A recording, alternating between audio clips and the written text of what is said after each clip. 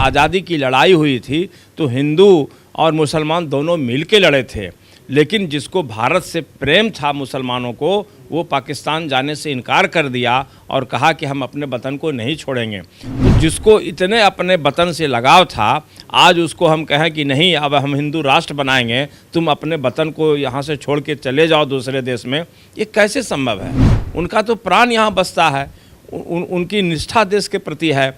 इसलिए ये कहाँ से ये गलतफहमी हो गया? कैसे बाबा हैं, मुझे तो समझ में नहीं आ रहा है। अगर हम कहते हैं कि अगर ईश्वर हैं इस दुनिया में तो ऐसे बाबाओं का विनाश होना चाहिए, ऐसे बाबाओं से देश का भला नहीं हो सकता है। बागेश्वर धाम के पंडित धीरेन्द्र कृष्ण शास्त्री को लेकर बिहार की सियासत जो है लगातार तेज है।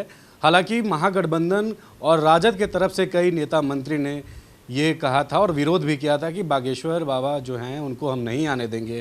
राजद के कई मंत्री ने भी ये बात कहा था, लेकिन नौबतपुर पहुँचे, कार्यक्रम 2 दिन से उनका चल रहा है और बीजेपी के सांसद खुद उनका गाड़ी चला रहे हैं और केंद्र में मंत्री उनको प्रणाम कर रहे हैं। भव्य स्वागत कर हमारे साथ बातचीत करने के लिए अभी कांग्रेस से एमएलसी हैं समीर कुमार सिंह। कैसे देख रहे आप लोग के महागठबंधन दल के कई नेता मंत्री विरोध कर रहे थे और यहाँ पे बीजेपी के सांसद मंत्री सब खुद गाड़ी चला रहे हैं और स्वागत कर रहे हैं उनका?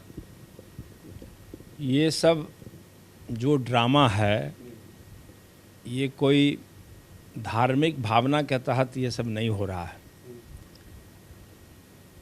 हम भी धार्मिक व्यक्ति हैं, बहुत सारे जो राजनीति में लोग हैं सभी धर्म को मानते हैं, लेकिन नफरत फैलाने का माध्यम जब धर्म हो जाए तो वो समाज का अनिष्ट होना शुरू हो जाता है।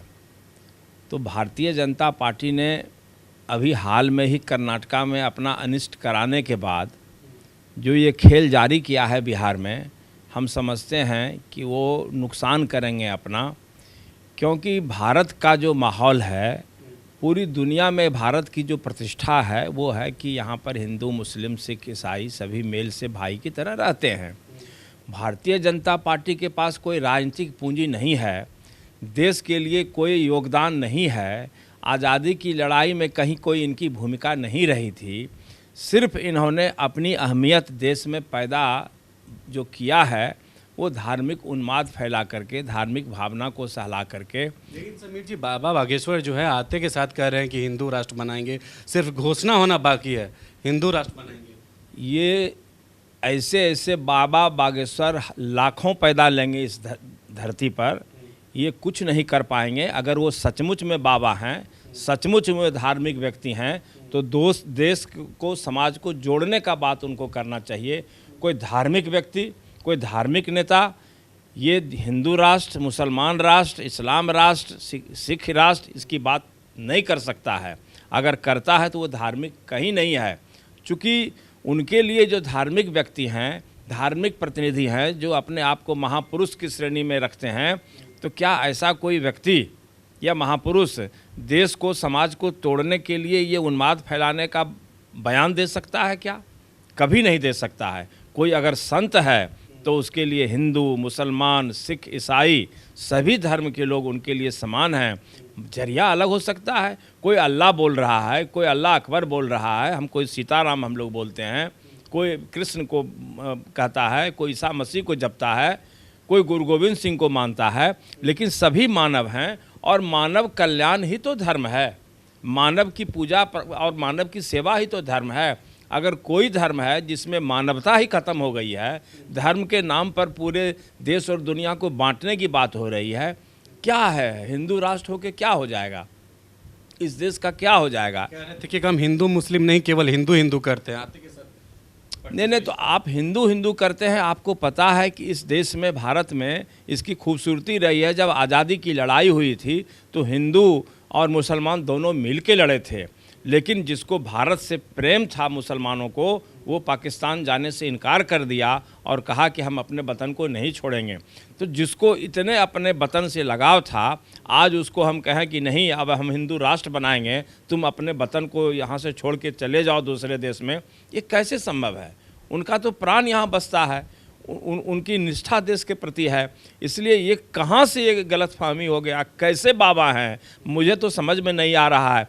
अगर हम कहते हैं कि अगर ईश्वर हैं इस दुनिया में तो ऐसे बाबाओं का विनाश होना चाहिए, ऐसे बाबाओं से देश का भला नहीं हो सकता है। बाबा, आप बाबा बने हो तो कम से कम इस समाज को में नफ़रत पैदा करने का काम नहीं करो, नहीं तो अगर दुनिया में ईश्वर हैं तो तुम्हारा भी नुकसान कर देंगे। इसलिए ये धर्म के आधार पर समाज को बांटने का बाबा काम मत करो। केंद्र में मंत्री अब तो वो गिरिराज सिंह कह रहे हैं कि नीतीश कुमार और तेजस्वी यादव वहाँ नहीं जाते हैं हनुमंत कथा सुनने, क्योंकि वहाँ पे उनको वोट नहीं मिलेगा। वो लोग वहीं जाते हैं जहाँ जालीदार टोपी पहनना होता है और इफ्तार का पार्टी खाना होता है।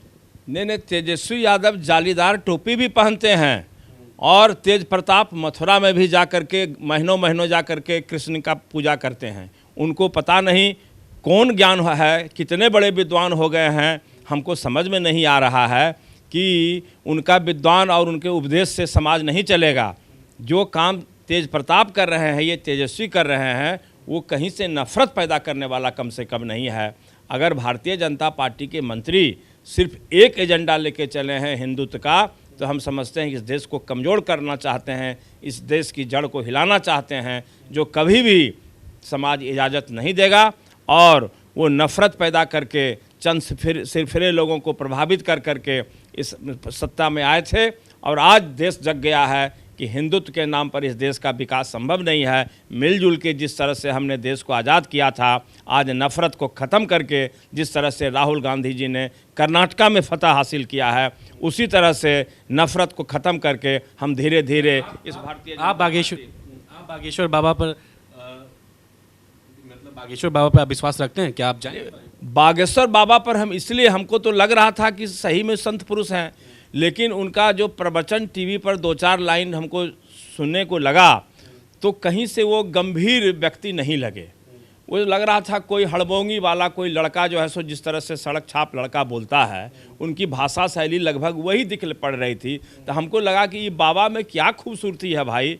बाबा, हम लोग तो उनसे ज़्यादा धार्मिक हैं, कम से कम कोई संजीदा ढंग से धर्म के बारे में बोलते हैं, नफ़रत करने की भाषा हम लोग नहीं बोलते हैं। लेकिन बाबा ही जब नफ़रत वाली भाषा बोलने लगे, बाबा ही जब हिंदुत्व का एजेंडा लेकर के चलने लगे, हम तो कह रहे हैं कि हम हिंदू हैं और पूरी तरह से हिंदुत्व के प्रति समर्पित हैं, लेकिन जिस तरह से हम हिंदू धर्म को मानते हैं, सनातन धर्म को मानते हैं और पूरी विश्वास के साथ मानते हैं, उसी तरह से हम इस्लाम धर्म के प्रति, उसी तरह से हम सिख धर्म के प्रति, उसी धर्म के हम अन्य धर्मों के प्रति भी सम्मान का भाव रखते हैं। हिंदुत्व का ये मतलब है। हमारे हिंदू धर्म में जब आप ठाकुरबाड़ी में शाम में आरती होती है तो ज़रा ध्यान से सुनिए, वहाँ क्या कहता है कि अधर्म का नाश हो, और सभी धर्म के बारे में बोला जाता है कि सभी धर्म की जय हो।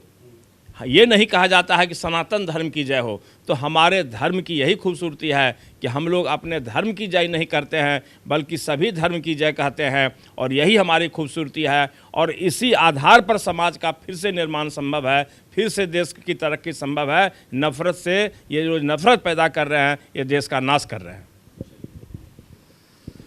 तो हमारे साथ बातचीत कर रहे थे कांग्रेस के एमएलसी समीर कुमार सिंह, जिन्होंने साफ तौर पे कह दिया कि बागेश्वर धाम के जो बाबा हैं वो इस तरीके काम कर रहे हैं तो हम तो ये मनाते हैं कि उनका विनाश हो।